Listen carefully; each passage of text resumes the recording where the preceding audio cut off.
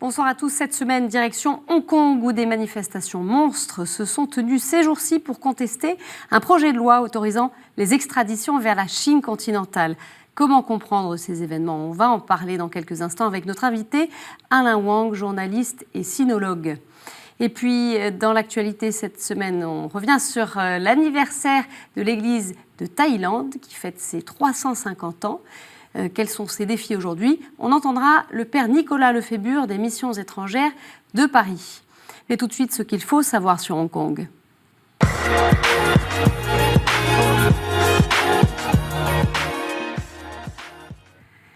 Hong Kong est située en Asie du Sud-Est, ancienne colonie britannique. Elle a été rétrocédée à la Chine en 1997.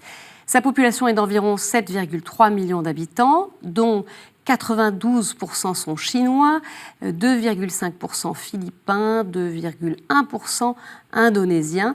Les autres nationalités représentent autour de 3,4% de la population.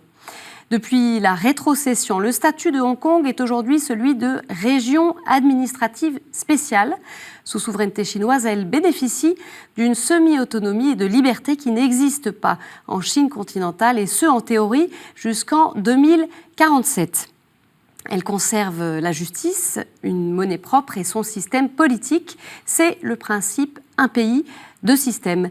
Mais depuis plusieurs années, Pékin s'immisce de plus en plus dans les affaires hongkongaises. En témoigne ce projet de loi contesté sur l'extradition qui a cristallisé les tensions entre les Hongkongais et le gouvernement chinois.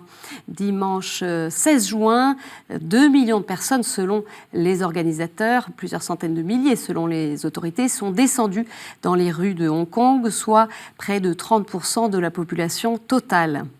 Sur le plan religieux, les bouddhistes et taoïstes représentent 27,9%, les protestants sont 6,7%, les catholiques 5,3%. On compte environ 550 000 catholiques, la plupart sont chinois, mais il y a aussi des Philippins, des expatriés. Les musulmans sont 4,2%, les hindouistes 1,4%, les sikhs 0,2%, et athées et autres confessions représentent 54,3%. Le diocèse de Hong Kong appartient officiellement à la Chine, cependant la liberté religieuse y est beaucoup plus importante, mais les catholiques de Hong Kong observent non sans appréhension ce qui se passe côté Chine continentale. On en parle avec notre invité.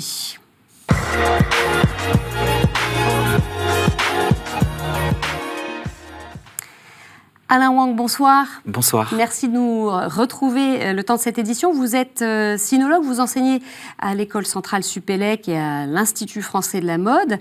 Vous intervenez aussi comme expert auprès d'entreprises, ancien rédacteur en chef de la revue Asia Magazine et auteur de plusieurs livres, dont Les Chinois, c'est votre dernier ouvrage qui est paru en 2018 aux éditions Talendier.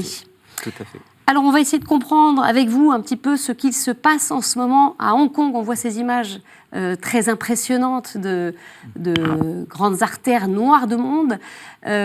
Voilà, dites-nous, on ne peut pas comprendre ce qui se passe à Hong Kong sans regarder ce qu'il se passe en Chine.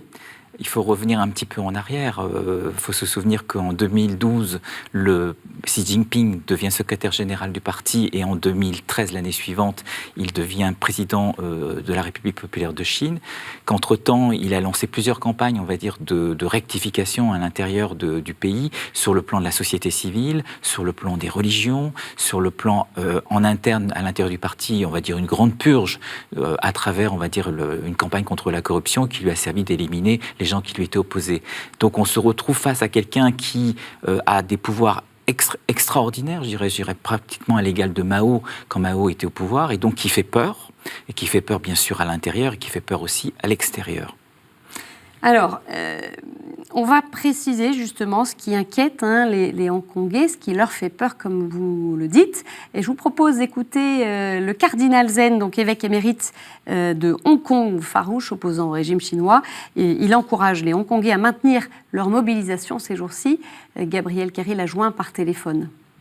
They are still not seeing the real problem because they push such a dangerous thing which is going to take away the freedom of speech of the people, to destroy the one country, two systems.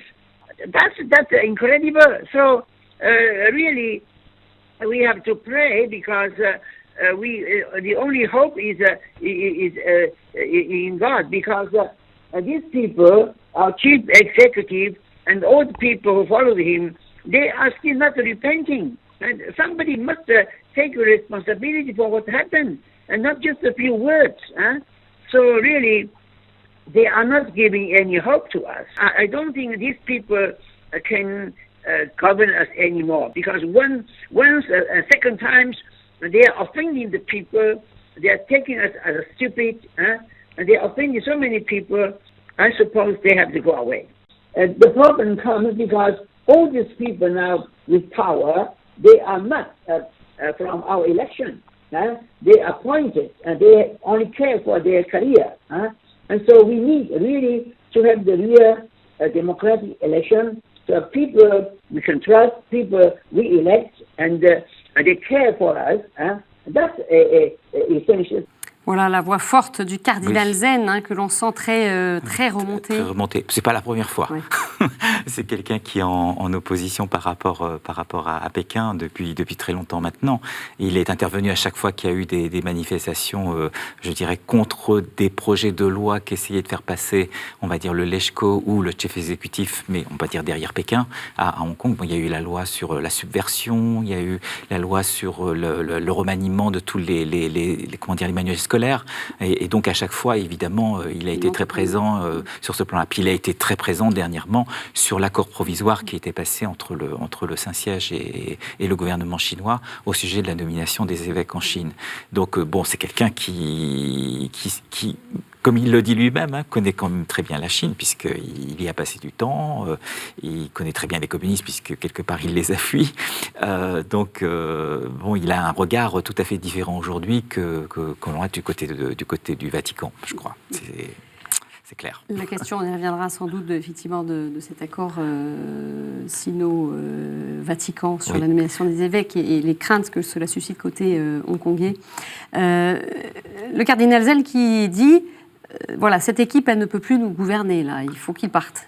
Oui, alors de toute façon, l'équipe, elle était déjà contestée en 2014. Le mouvement des parapluies lancé par toute la jeunesse de Hong Kong était justement pour obtenir une élection au suffrage universel du chef exécutif de la région autonome spéciale de Hong Kong. C'est un peu ça qui se joue aussi aujourd'hui. C'est aussi ça qui se joue aujourd'hui, c'est-à-dire que de toute façon... Il y a un parallèle entre ces deux mouvements. Oui, je pense que de toute façon, on retrouve Joshua Wong qui a été libéré lundi matin. Évidemment, lui, immédiatement, il demande la démission de la chef exécutif Carrie Lam.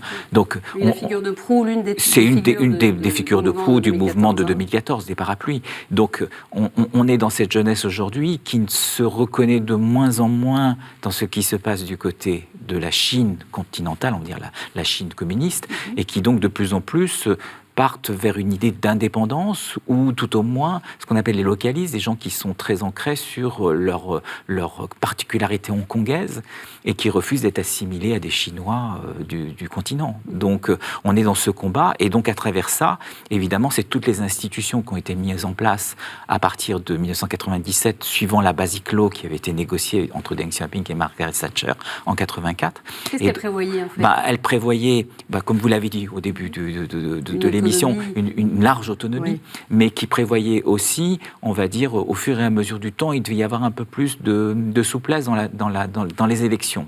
Et on se retrouve aujourd'hui, alors surtout à cause de 2007, un an avant les Jeux Olympiques de Pékin, qui était très très important, le régime va arrêter toute possibilité à ce que le système évolue on va dire, vers un suffrage universel beaucoup plus important. Donc aujourd'hui, on est bloqué, c'est-à-dire on est dans un système où le chief executive, elle est nommée par 1200 personnalités hongkongaises qui sont souvent en lien direct avec le pouvoir à Pékin. Et de l'autre côté du collège d'électeurs, oui.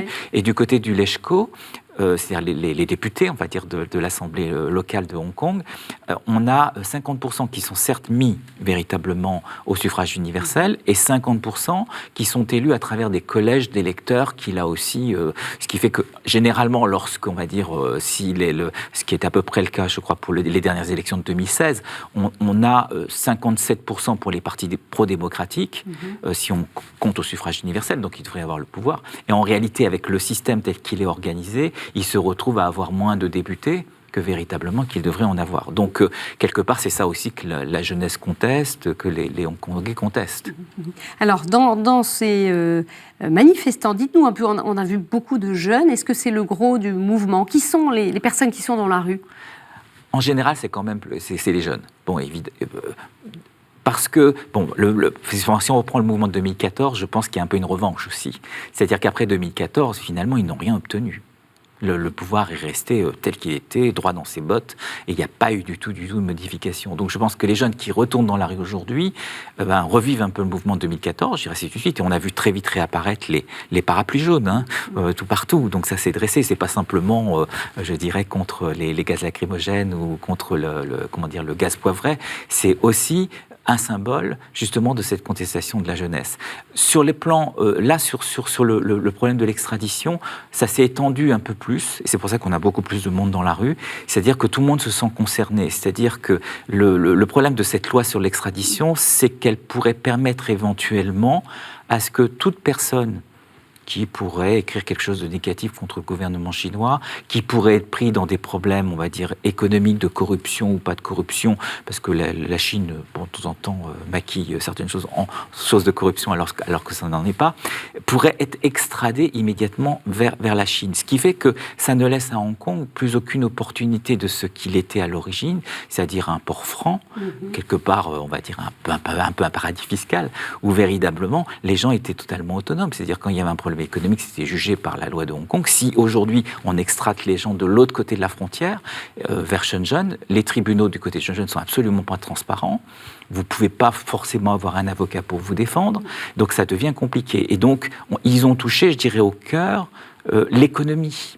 Donc si on touche l'économie, évidemment tout le monde descend dans la rue parce que qu'est-ce qu'il y a autre chose à Hong Kong, je dirais, pour les personnes les plus âgées, c'était la défense quand même de leur niveau de vie, qui est un niveau de vie les plus importants du monde. Alors, parmi les manifestants, donc, il y a aussi beaucoup de chrétiens, des catholiques notamment. En quoi est-ce qu'ils sont concernés par ce qui se passe là? Alors, ils sont doublement concernés parce qu'il faut regarder un peu ce qui se passe de l'autre côté de la Chine. On a parlé de l'accord provisoire, qui masque un peu quand même, depuis l'arrivée de Xi Jinping au pouvoir en 2013, une campagne qui est véritablement de la sinisation de toutes les religions. Ce n'est pas les catholiques en particulier qui sont visés, les bouddhistes sont visés, les musulmans avec ce qui se passe actuellement dans le Xinjiang et les Ouïghours et les camps de rééducation où il y a 1,5 million de personnes enfermées, c'est important. Mais du côté des catholiques, c'est ce qui s'est passé. On a demandé à ce que, par exemple, toutes les croix des églises soient abattues. Donc, il y a eu une campagne. Ça n'est aussi des protestants. Les protestants aussi. Oui, c'est les deux, protestants et catholiques. On a volé des Bibles, on a arrêté des gens, on a molesté certains croyants. Donc, de ce côté-là, ce qui se passe en Chine n'est pas très positif, je dirais, sur le plan de la religion. C'est-à-dire, Xi Jinping considère que la religion doit soutenir son pouvoir et soutenir une forme de nationalisme, souverainisme chinois.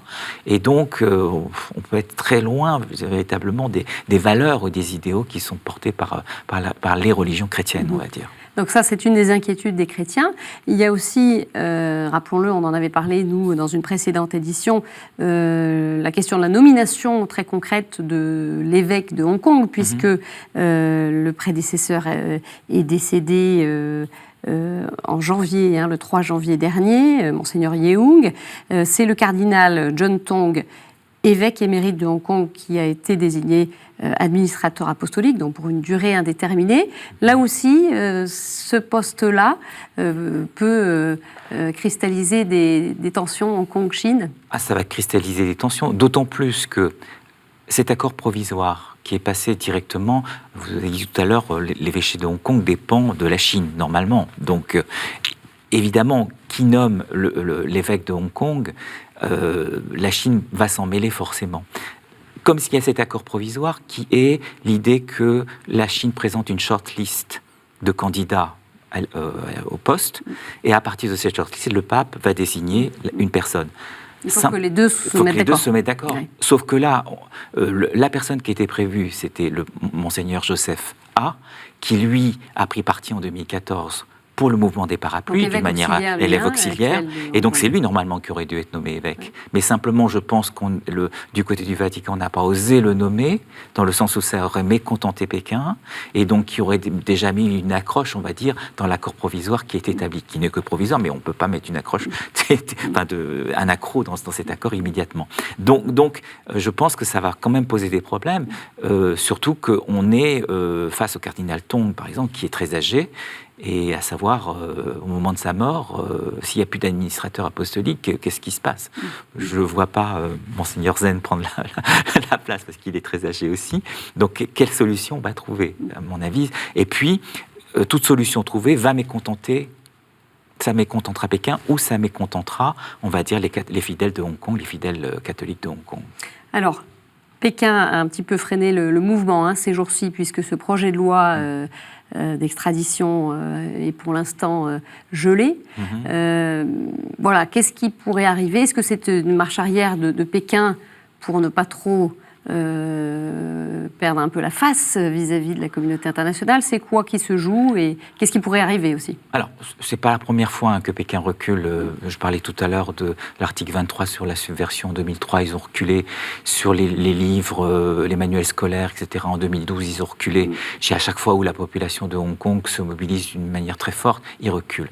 Je pense qu'il faut considérer que les Hongkongais, cette fois-ci, ils ont en dehors de la loi sur l'extradition, on rentre dans une situation en Chine où on part vers, on va dire, une dictature de la technologie, à travers les technologies.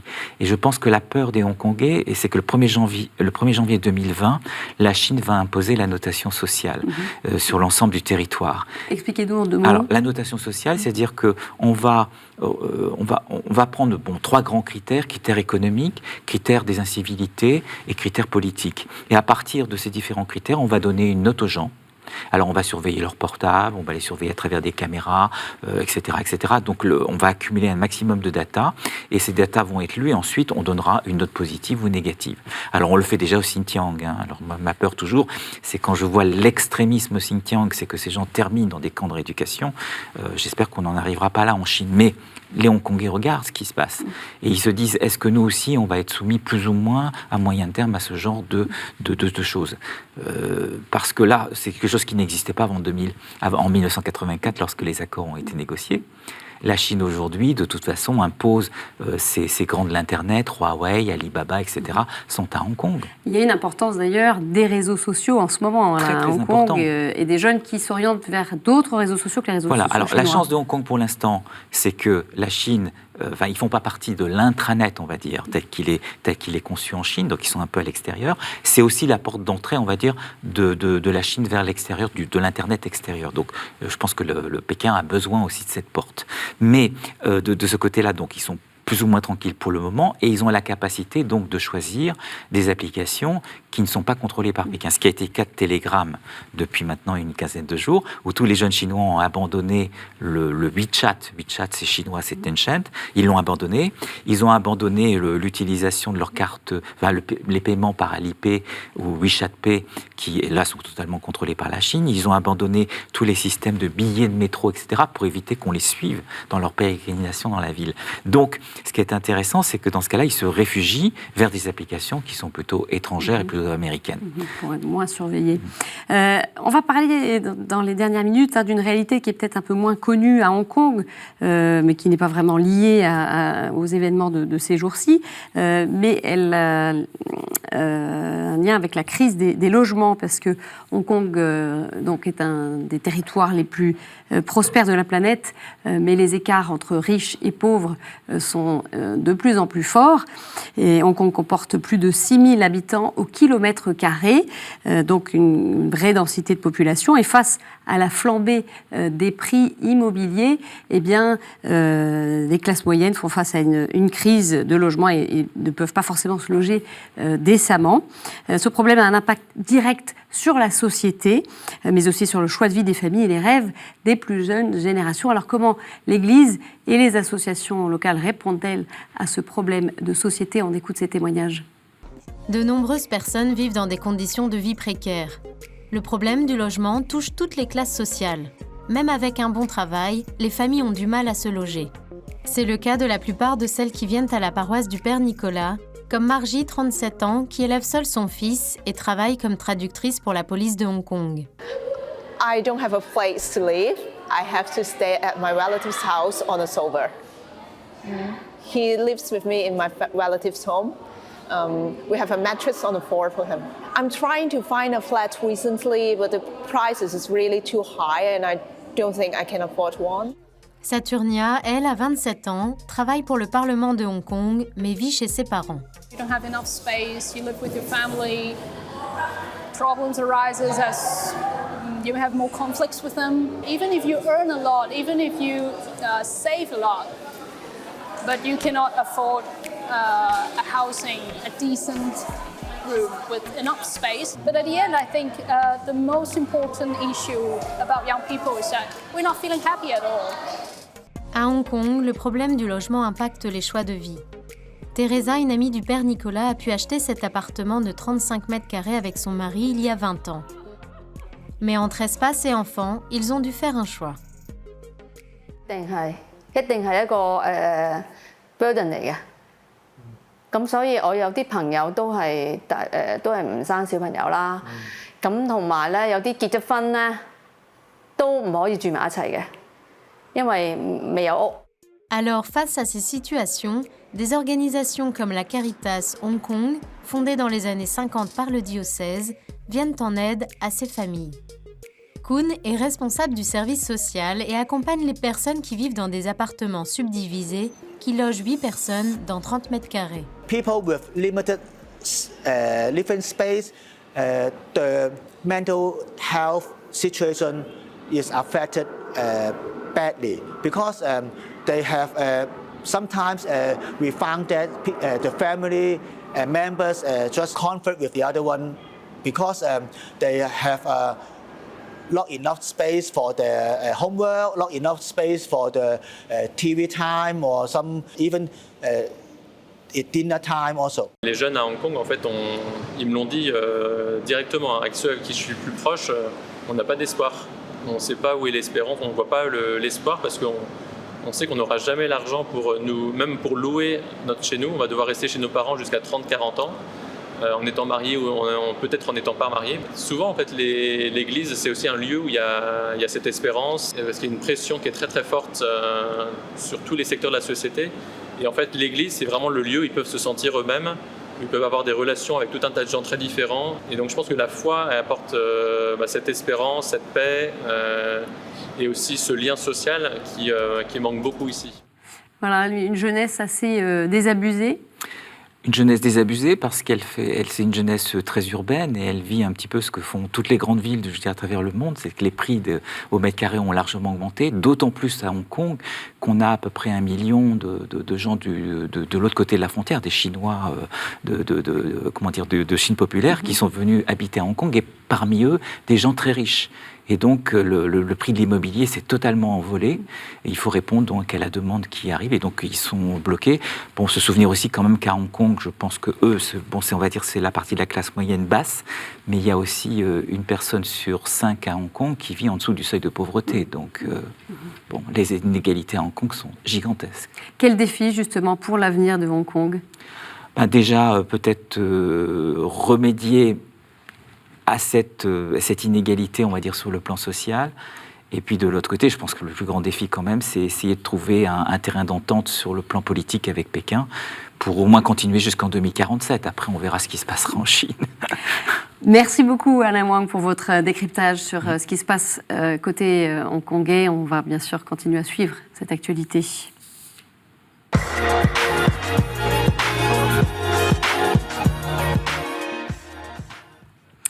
Cette semaine, on revient sur l'anniversaire de l'Église de Thaïlande qui fête ses 350 ans dans ce pays d'environ 68 millions d'habitants. Les chrétiens sont une petite minorité de moins de 1% de la population face aux 95% de bouddhistes. C'est le cardinal Filoni, préfet pour la Congrégation pour l'évangélisation des peuples, qui est venu célébrer fin mai l'anniversaire de la création en 1669 du vicariat apostolique du Siam, ancienne appellation de la Thaïlande, érigé plus d'un siècle après le début de l'évangélisation du territoire. C'était au XVIe siècle par des missionnaires portugais. Depuis la fondation du vicariat, les missions étrangères de Paris, aux côtés d'autres congrégations religieuses, ont poursuivi l'effort d'évangélisation en Thaïlande. Le pays compte aujourd'hui plus de 300 000 catholiques et 662 prêtres, répartis dans 12 diocèses et 436 paroisses. Alors, quels sont les défis de cette petite église aujourd'hui? On écoute le père Nicolas Lefébure, prêtre des missions étrangères de Paris, joint depuis Bangkok. Ils rendent grâce pour ces 350 ans passés. Évidemment, maintenant, il faut regarder devant. Au bout de 350 ans, quel est l'existant? L'existant, c'est que il y a des vocations dans les séminaires, il y a des congrégations, il y a eu création d'un nouveau diocèse à Chiang Rai il y a quelques mois. Et il faudrait cependant passer un petit peu au-delà de l'étape de la relation individuelle au Seigneur à celle qui essaye d'annoncer l'Évangile dans le milieu où l'Église locale, la conférence épiscopale en Thaïlande, souhaite encourager les communautés qui sont petites et ultra-minoritaires en fait à rayonner davantage. Au Sri Lanka, près de 2 mois après les attentats de Pâques qui ont fait plus de 250 morts, l'une des églises ciblées à Colombo et principal lieu de culte catholique du pays, le sanctuaire de Saint-Antoine, a rouvert ses portes le 13 juin, jour de la mémoire liturgique de ce saint. Et c'est le cardinal Rangis, archevêque de Colombo, qui a présidé la messe dans le sanctuaire, entouré de nombreux fidèles. La restauration de l'église a été financée par le gouvernement et placée sous la responsabilité des militaires de la marine sri-lankaise. Et puis le 26 juin sera célébrée la journée internationale pour le soutien aux victimes de la torture. À cette occasion, l'ACAT, l'Action des chrétiens pour l'abolition de la torture, organise une nuit des veilleurs pour accompagner ceux qui souffrent aux mains des bourreaux. Elle invite tous les chrétiens à veiller partout dans le monde, seuls ou en groupe, dans une prière. Ces veillées se feront en soutien à 10 victimes de la torture dans le monde. 179 veillées sont prévues à travers la France à ce jour et une à Bangui, en Centrafrique. Alors, pour connaître les lieux de rassemblement, rendez-vous sur le site qui s'affiche sur vos écrans, nuitdesveilleurs.fr. Voilà, c'est la fin de cette édition. Merci de l'avoir suivi. Très belle semaine à tous. Vous pouvez la revoir sur notre site, nos réseaux sociaux. On se retrouve mercredi prochain. Au revoir.